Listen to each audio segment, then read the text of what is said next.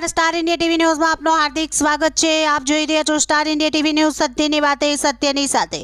કતવારા પોલીસે ખંગેલા ચેકપોસ્ટ ઉપરથી વાહન ચેકિંગ દરમિયાન પિકઅપ ગાડીમાંથી ચાંદીના નાના મોટા બિસ્કિટ તથા ચાંદીના દાગીના તથા રોકડ રકમ મળી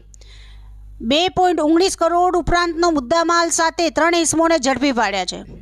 કતવારા પોલીસ સ્ટેશનના પોલીસ ઇન્સ્પેક્ટર યુએમ ગાવિતની સૂચના મુજબ પોલીસ સ્ટાફના માણસો ખંગેલા ચેકપોસ્ટ ઉપર વાહન ચેકિંગમાં હતા। તે દરમિયાન મધ્યપ્રદેશ તરફથી MP31ZA9054 નંબરની બંધ બોડીની બોલેરો કેમ્પર ગાડી આવતા પોલીસે તેને રોકી તેમાં તપાસ કરતા ગાડીમાં ડ્રાઈવર સીટની પાછળ નીચે ચોરખાનું બનાવેલ તે ખાનામાં તપાસ કરતા તેમાંથી ચાંદીના બિસ્કિટ તથા રોકડ રૂપિયા મળી આવ્યા હતા,